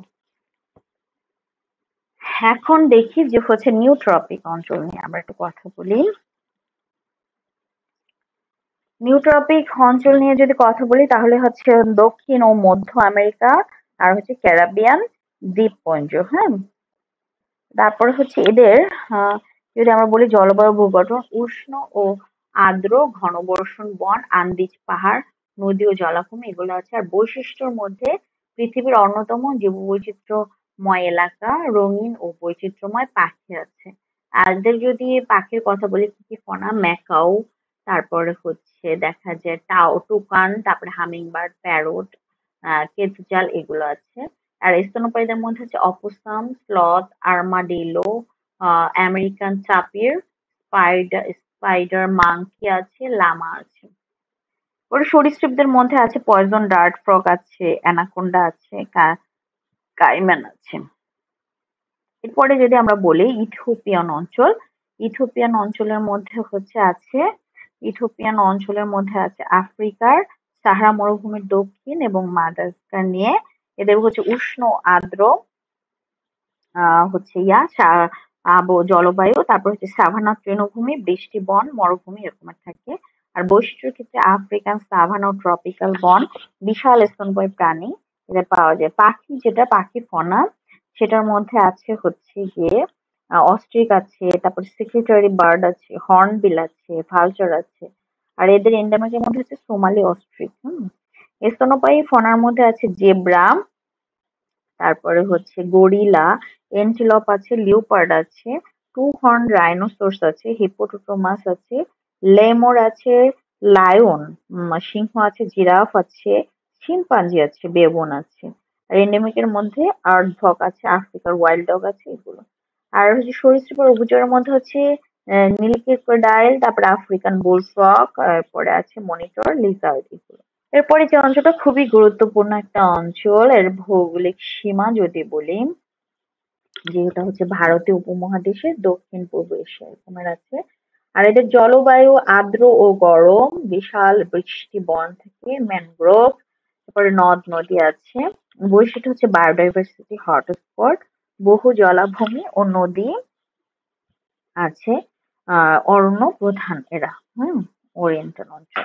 পাখির মধ্যে যদি বলি, পাখির মধ্যে পিকক, ময়ূর আছে, ফিজেন্ট আছে, হর্নবিল আছে, কিংফিশার আছে, প্যারট আছে, এগুলো মোটামুটি। আর এন্ডেমিকের মধ্যে ইন্ডিয়ান পিফল এটা আছে।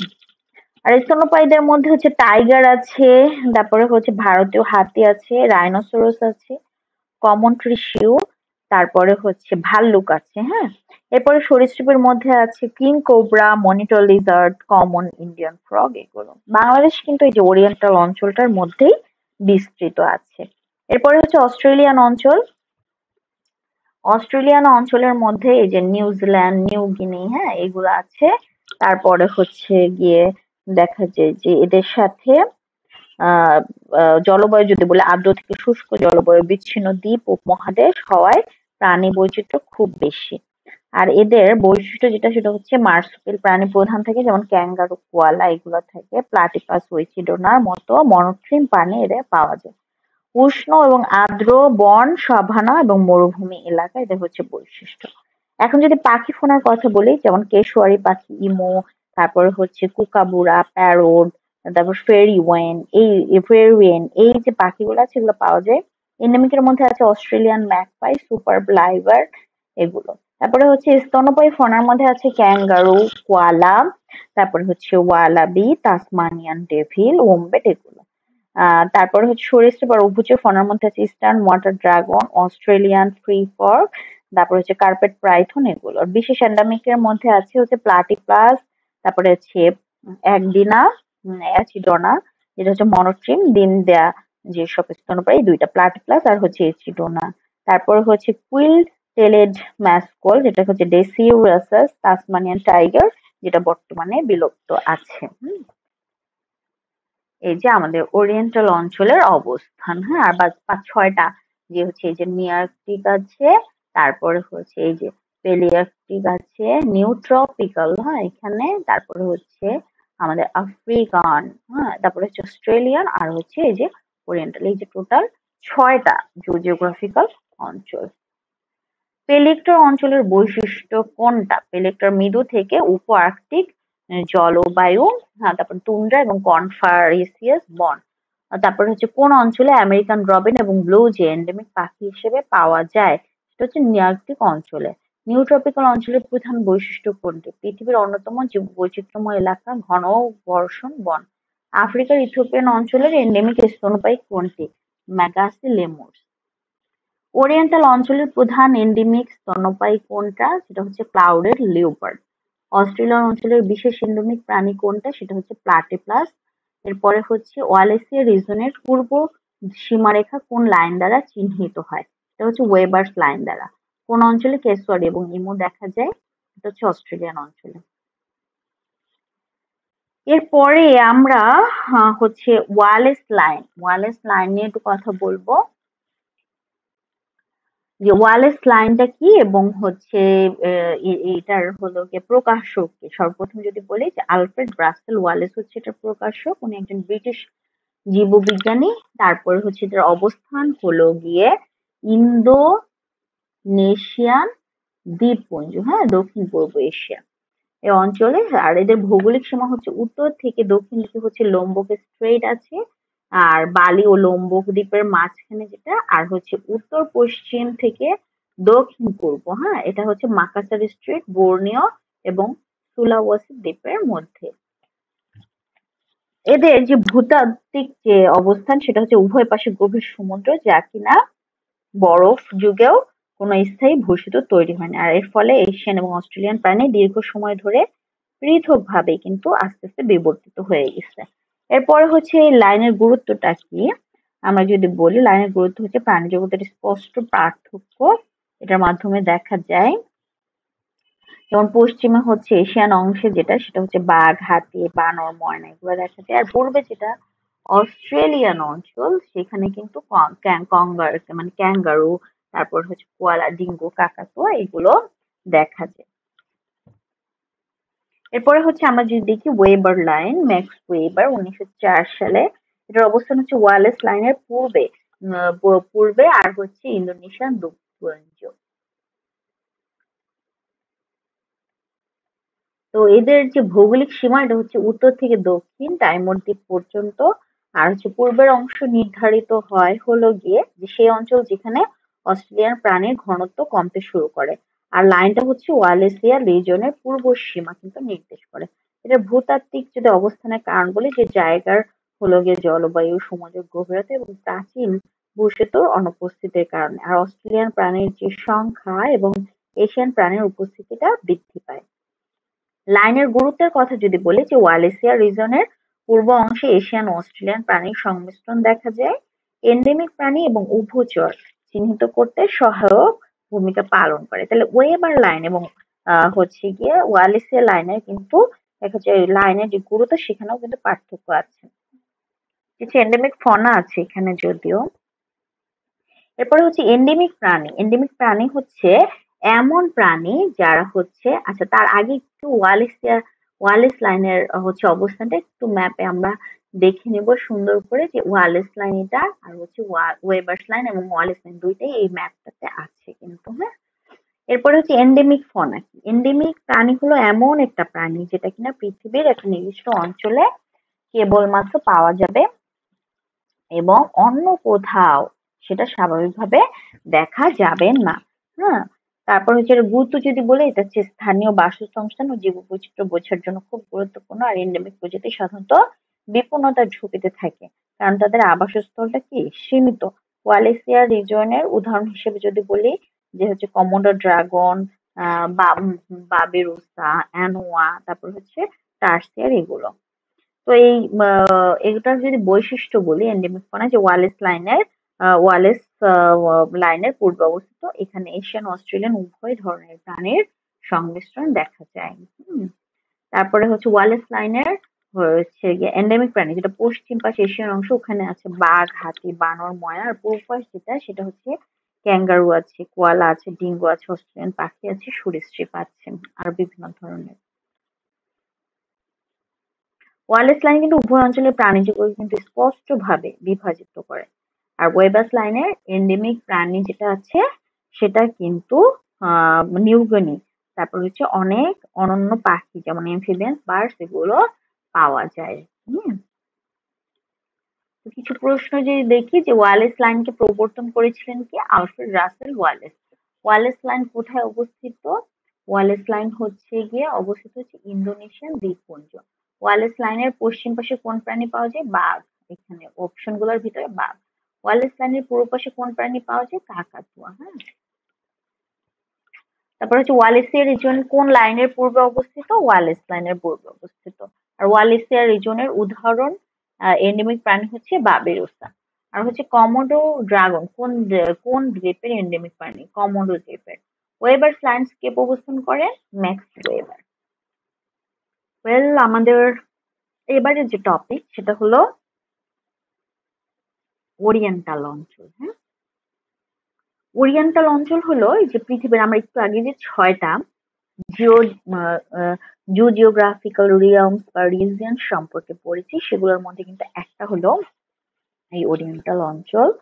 আর এটা মূলত দক্ষিণ এবং দক্ষিণ পূর্ব এশিয়ার উষ্ণ আর্দ্র অংশকে আচ্ছাদিত করে থাকে আর কি। এদের যদি আমরা ভৌগোলিক সীমানার কথা বলি যে এরা হলো ভৌগোলিক সীমানার কথা বলে এরা হচ্ছে উত্তর দিক দিয়ে হিমালয়ের যে পর্বতমালা আছে এটা দ্বারা প্যালিয়ার্কটিক রিয়ালম থেকে পৃথক থাকে। আর হিমালয়ের উঁচু শীতল পরিবেশ এই অঞ্চলের উষ্ণরক্তী যে প্রাণী আছে সেটার বিস্তারে বাধা প্রদান করে থাকে। আর পশ্চিম দিক দিয়ে পাকিস্তান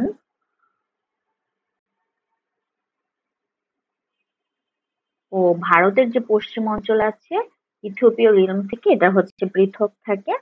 আর হচ্ছে এটার হলো গিয়ে দক্ষিণ ও দক্ষিণ পূর্ব দিক দিয়ে ভারত মহাসাগর, শ্রীলঙ্কা এগুলো মালয় উপদ্বীপ, ইন্দোনেশিয়া, ফিলিপাইন এই অঞ্চলগুলো রয়েছে। ওয়ালেস লাইন আছে যে অস্ট্রেলিয়ার রিয়ামকে এটা থেকে পৃথক করে। এদের যদি বৈশিষ্ট্যের কথা বলি, প্রথমে হচ্ছে জলবায়ুর যে ভূগঠন, তো হচ্ছে এদের অধিকাংশ এলাকা উষ্ণ আর্দ্র থাকে, ট্রপিক্যাল, হ্যাঁ, যেখানে সারা বছর তাপমাত্রা উচ্চ থাকে এবং প্রচুর পরিমাণে বৃষ্টিপাত হয় কিন্তু এখানে।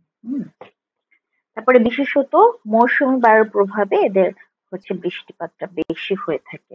এদের যদি ভূগঠনের কথা বলি, এদের বৈচিত্র্যময় ভূগঠন আছে, যেমন উচ্চ পর্বতমালা, তারপরে হচ্ছে মালভূমি, বিস্তীর্ণ নদী অববাহিকা, চিরহরিৎ বন, পর্ণমোচী বন, তারপরে হচ্ছে ম্যানগ্রোভ বন, দ্বীপপুঞ্জ, এগুলো। এটা যদি জীববৈচিত্র্যের কথা বলি, বিশ্বের অন্যতম একটা জীববৈচিত্র্যপূর্ণ এলাকা হচ্ছে এই ওরিয়েন্টাল অঞ্চলের।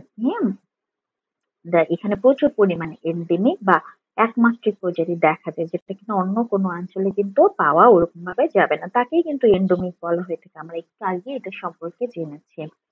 এর যে উপ অঞ্চলগুলো আছে সেটা হচ্ছে ভারতীয় উপ অঞ্চল, যেমন হচ্ছে ইন্ডিয়ান সাব রিজিয়ন, হচ্ছে যেটা আছে সেটা হচ্ছে ভারত, বাংলাদেশ, পাকিস্তান বা নেপাল, ভুটান, শ্রীলঙ্কা, এই অঞ্চলটা নিয়ে। তারপর হচ্ছে সিলোনীয় যে উপ অঞ্চলটা আছে ওটা মূলত শ্রীলঙ্কা নিয়ে।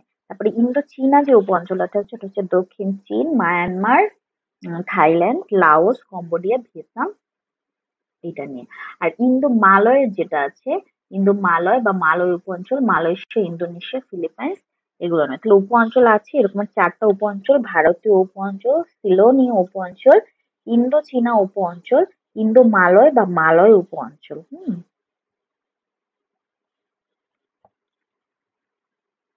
এদের যে উল্লেখযোগ্য প্রাণী, তাদের মধ্যে স্তন্যপায়ী প্রাণীর কথা যদি বলি, স্তন্যপায়ী প্রাণীর মধ্যে আছে যে রয়্যাল বেঙ্গল টাইগার আছে, তারপরে এশীয় হাতি যেটাকে বলা হয় এশিয়ান এলিফ্যান্ট, গড়াল যেটা হচ্ছে ইন্ডিয়ান হতে পারে, জাভান, হ্যাঁ, হতে পারে।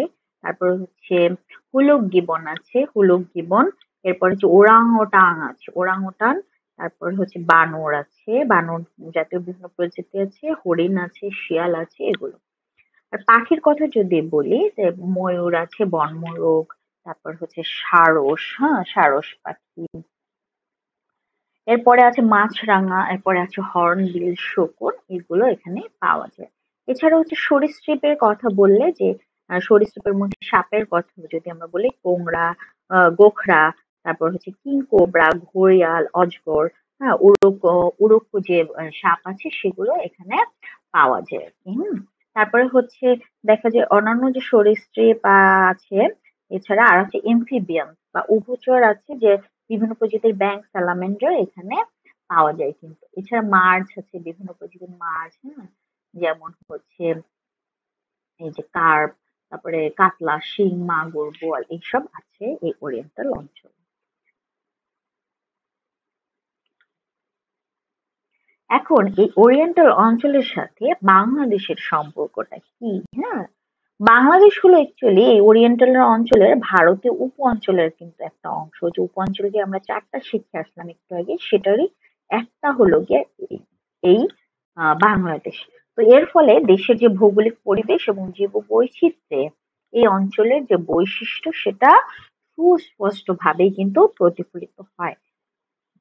তো ভৌগোলিক অবস্থান যদি বলি, যে বাংলাদেশ ভারতের উপমহাদেশের উত্তর পূর্ব অংশে অবস্থিত। যেমন উত্তরে আছে হচ্ছে হিমালয়ের পাদদেশ, পূর্বে আছে হচ্ছে ইন্দো বার্মার পর্বতমালা, আর হচ্ছে দক্ষিণ দিকে আছে হচ্ছে বঙ্গোপসাগর। তো এই যে অবস্থান, এটার কারণেই কিন্তু বাংলাদেশকে ওরিয়েন্টাল অঞ্চলের অন্তর্ভুক্ত করা হয়েছে, বাংলাদেশের এই সুন্দর হচ্ছে ভৌগোলিক অবস্থানের কারণে। এরপরে হচ্ছে এদের জলবায়ু পরিবেশ যদি বলি, যে বাংলাদেশে গ্রীষ্মমন্ডলীয় কিন্তু মৌসুমী জলবায়ু রয়েছে। সারা বছর হচ্ছে দেখা যায় তাপমাত্রা মোটামুটি উচ্চ থাকে, প্রচুর বৃষ্টিপাতও হয়, আর উদ্ভিদ ও প্রাণের বিকাশে অনুকূল পরিবেশ রয়েছে, আর্দ্রতাও বেশি এই অঞ্চলে। হ্যাঁ, তো জীববৈচিত্র্যের কথা যদি বলি, এখানে হচ্ছে দেখা যায় স্তন্যপায়ী প্রাণীর মধ্যে যেমন আছে হচ্ছে রয়্যাল বেঙ্গল টাইগার আছে, যে সুন্দরবনের একটা প্রধান আকর্ষণ। এরপরে হচ্ছে এশীয় হাতি আছে, যেটা হচ্ছে পার্বত্য অঞ্চলে প্রধানভাবে পাওয়া যায়। গড়াল যেটা হচ্ছে পাহাড়ি এলাকায় পাওয়া যায়। হুলুক গিবন আছে হবিগঞ্জ, তারপর হচ্ছে মৌলভীবাজার, এইসব এলাকায় পাওয়া যায়। কোনটা কোথায় পাওয়া যাচ্ছে, কি করছে, এগুলো ভালো করে একটু দেখে তারপর হচ্ছে পড়বেন। তারপরে হচ্ছে বানর আছে, যেমন রেসাস বানর আছে, হনুমান আছে, এছাড়া হচ্ছে হরিণ, শিয়াল, ভোঁদড়, বাদুড় এগুলো কিন্তু আছে স্তন্যপায়ী প্রাণীদের মধ্যে। এরপরে হচ্ছে পাখিদের কথা যদি বা বার্ডস এর কথা যদি বলি যে কি কি ধরনের, যেমন আমরা আগেও যখন ওরিয়েন্টাল অঞ্চল পড়েছি তার সাথে কিন্তু মিল আছে, যেমন হচ্ছে ময়ূর, বনমোরগ, বিভিন্ন প্রজাতির শকুন আছে, যে ভাউচার্স গুলো আছে, সারস আছে, মাছরাঙা আছে, কিংফিশার, ঈগল আছে, হর্নবিল, শঙ্খ পাখি আছে, ঘুঘু আছে। তো শীতকালে এই হিমালয় থেকে অনেকে মাইগ্রেট করে কিন্তু আসে, পেলেক্টর রিজনের সঙ্গে একটা সংযোগ স্থাপন হয়। এরপরে হচ্ছে সরীসৃপ আর উভচরের মধ্যে আছে সাপ, যেমন হচ্ছে গোখরা, তারপর হচ্ছে দাঁড়া সাপ, তারপর আছে অজগর, ঘড়িয়াল আছে, কুমির আছে, হ্যাঁ, ব্যাং আছে, স্যালামান্ডার আছে। তো এই মোটামুটি আমাদের সরীসৃপ আছে। তারপরে হচ্ছে উড়ুক্কু, ফ্লাইং লিজার্ড যেটা আছে সেটা আছে। এরপরে হচ্ছে মাছ এবং অন্যান্য উদ্ভিদের কথা যদি বলি, যেমন হচ্ছে কার্প আছে, যে নদ খাল বিলের যে মিষ্টি পানির মাছের মধ্যে কার্প আছে, কাতলা, রুই, মাগুর, বোয়াল এইসব আছে। এরপরে হচ্ছে উদ্ভিদের কথা যদি বলি, যে সুন্দরবনের ম্যানগ্রোভ হচ্ছে বন যেটা আছে, তারপরে সিলেট ও পার্বত্য চট্টগ্রামের চিরহরিৎ বন, তারপরে হচ্ছে শাল বন, এগুলো সবই কিন্তু উদ্ভিদের বৈশিষ্ট্যের মধ্যে ফেলানো যায়। এই যে প্রাণী বিনিময়টা কেমনে ঘটে, যে হিমালয় একটা কিন্তু প্রাকৃতিক বড় বাধা হলো এই যে কিছু প্রাণী আছে যেটা কোনো হিমালয়ের পাশ দিয়ে দক্ষিণ পূর্ব এশিয়া থেকে প্রবেশ করে, হ্যাঁ, দক্ষিণ পূর্ব এশিয়া থেকে বাংলাদেশে কিন্তু এটা প্রবেশ করতে পারে। আবার একইভাবে বাংলাদেশের প্রাণীরাও কিন্তু ওরিয়েন্টাল অঞ্চলের অন্যান্য অংশে কি করে যেতে পারে, ছড়িয়ে যেতে পারে। তো সংরক্ষণ এবং গবেষণার জন্য ওরিয়েন্টাল অঞ্চল খুবই একটা কিন্তু গুরুত্বপূর্ণ বিষয়, সেটাকে আমাদের সংরক্ষণ করা উচিত। এরপরে আমরা কিছু প্রশ্ন দেখি, যে ওরিয়েন্টাল রিজনের পৃথিবীর কতটি প্রধান জিওগ্রাফিক্যাল রিজনের মধ্যে একটা। হুম তো এটা হচ্ছে 6টা। তারপরে হচ্ছে ওরিয়েন্টাল রিজন মূলত কোন অঞ্চলের উষ্ণ ও আর্দ্র অংশকে আচ্ছাদিত করে, এটা হচ্ছে দক্ষিণ ও দক্ষিণ পূর্ব এশিয়া। ওরিয়েন্টাল অঞ্চলকে কোন লাইন অস্ট্রেলিয়ান রিজিয়নকে পৃথক করে, এটা হচ্ছে কোন লাইন, ওয়ালেসের লাইন। তারপরে হচ্ছে ওরিয়েন্টাল রিজনের ভারতীয় উপ অঞ্চলে কোন দেশটি অন্তর্ভুক্ত নয়, সেটা হচ্ছে থাইল্যান্ড অন্তর্ভুক্ত নয়। এরপরে হচ্ছে বাংলাদেশকে ওরিয়েন্টাল রিজনের অংশ বানানোর প্রধান কারণ কি, প্রধান কারণ হচ্ছে ভৌগোলিক অবস্থান, জলবায়ু এবং জীববৈচিত্র্য। কোন প্রাণীটি বাংলাদেশ ওরিয়েন্টাল রিজনের পরিচিত উদাহরণ, রয়্যাল বেঙ্গল টাইগার। ওরিয়েন্টাল রিজনের জলবায়ুর বৈশিষ্ট্য কি, গ্রীষ্মমন্ডলীয়, উষ্ণ এবং আর্দ্র। কনাল এক্সচেঞ্জ বলতে কি বোঝায়, প্রাণীর সীমান্ত পারাপার। এই গেল মোটামুটি। আর এই যে আপনাদের জন্য কিছু রেফারেন্সেস আছে, এই আজকের আমাদের লেকচার গুলো গেল, যেখানে আমরা বিভিন্ন ধরনের জিওগ্রাফিক্যাল রিজিয়ন সম্পর্কে জানলাম, ওয়েবার্স লাইন, ওয়ালেস লাইন সম্পর্কে জানলাম, এন্ডেমিক ফনা নিয়ে আলোচনা করলাম, ওরিয়েন্টাল অঞ্চল এবং ওরিয়েন্টাল অঞ্চলের সাথে বাংলাদেশের কি সম্পর্ক সেটা সম্পর্কে জানলাম। এছাড়া আমরা প্রথমে কিন্তু পড়েছি যে ওয়াইল্ড লাইফ, বাংলাদেশের যে ওয়াইল্ড লাইফ এবং তার যে ওয়াইল্ড লাইফ যে ফনা, হ্যাঁ, সেগুলো সম্পর্কে আমরা জেনেছি। তো আপনাদের এই যে ওরিয়েন্টাল অঞ্চলের যে অংশটা, এটা কিন্তু খুবই গুরুত্বপূর্ণ। এটা ভালোভাবে দেখবেন এবং পড়ার চেষ্টা করবেন। এবং বিভিন্ন যে প্রাণীগুলো আছে সেই প্রাণীগুলোর নামগুলো দেখার চেষ্টা করবেন, যে কোনটা কোন অঞ্চলে পাওয়া যায়, এটা কিন্তু খুবই গুরুত্বপূর্ণ। এবং আপনাদের কাছে যদি এটা কনফিউজিং মনে হয়, প্রয়োজনে আপনারা এই যে 6টা যে জিওগ্রাফিক অঞ্চল যেটা আছে এটাকে আপনি একটা টেবিল আকারে নোট করে ফেলবেন, নোট করে সামনে রেখে দিবেন, মাঝে মাঝে ওটা দেখবেন। হ্যাঁ, পড়াশোনার কিন্তু অনেকগুলো সিস্টেম আছে, সিস্টেমেটিক ওয়েতে, স্মার্ট ওয়েতে পড়লে পড়া অবশ্যই মনে থাকবে, যত কঠিনই মনে হোক না কেন। তো আজকে আমাদের খুবই গুরুত্বপূর্ণ কিন্তু একটা লেকচার ছিল, হ্যাঁ, বাংলাদেশে ওয়াইল্ড লাইফ ফনার যে সংখ্যা টংখ্যা আছে ওগুলো একটু ভালো করে আপনারা কিন্তু দেখবেন, এবং পরবর্তী ক্লাসের জন্য যে টপিক গুলো আছে ওগুলো সুন্দর করে আপনারা দেখে রাখবেন। আর আপনাদের বেসিক বইগুলো কাছে রাখবেন আপনারা, বেসিক বই থেকে কিন্তু অনেক কিছু পড়ার বিষয় থাকে, সেইগুলো যদি না পড়েন তাহলে কিন্তু আপনাদের পড়াটা মানে হচ্ছে অধুরা থেকে যাবে। তো সেটা করা যাবে না। যত বেশি পড়তে পারবেন তত বেশি ভালো। শর্টকাট বলতে কোনো কিছুই কিন্তু নেই, হ্যাঁ? শর্টকাট বলতে কোনো কিছুই নেই। আপনার মানে হচ্ছে কোনো একজনের পক্ষে, আমার পক্ষে সম্ভব না আমি আপনাকে এখন কোনটা আসবে সেটা সরাসরি বলে দাও। আমাদের কাছে যেটা ইম্পর্টেন্ট মনে হয় যে এই টপিকের আন্ডার এটা আলোচনা করা উচিত, এবং আমাদের এক্সপেরিয়েন্স থেকে, যেহেতু আমি এই সাবজেক্টে আমার এক্সপার্টাইজ, অতএব আমি চেষ্টা করি যে এই প্রত্যেকটা টপিকের কোন বিষয়গুলো নিয়ে আলোচনা করা উচিত এবং জানা উচিত একজন পরীক্ষার্থীর, সেই বিষয়গুলোই কিন্তু আমি আলোচনা করি। অতএব মানে হচ্ছে বিশ্বাস স্থাপন করতে হবে আমার উপরেও, আপনার নিজের উপরেও, হ্যাঁ? করে তারপরে আস্তে ধীরে পড়তে হবে, প্যানিক হওয়া যাবে না। আমি সবসময় একটা কথাই বলি যে আপনি পড়বেন সেটা কিন্তু আস্তে ধীরে ঠান্ডা মাথায় পড়তে হবে। যদি বেশি প্যানিক করেন কিছুই পড়তে পারবেন না। সবকিছু পড়তে না যেয়ে যেটা মোটামুটি পড়া উচিত, হ্যাঁ, সেগুলো পড়ে ফেলবেন সবার আগে, হ্যাঁ, তারপরে ধীরে ধীরে আগাবেন। তো আপনাদের জন্য কিছু রেফারেন্সেস আছে, তো এই রেফারেন্স বইগুলো দেখার চেষ্টা করেন যদি পারেন। আর হচ্ছে আজকের ক্লাসের জন্য অসংখ্য ধন্যবাদ সবাইকে। নেক্সট ক্লাসে আবারও দেখা হবে আপনাদের সাথে।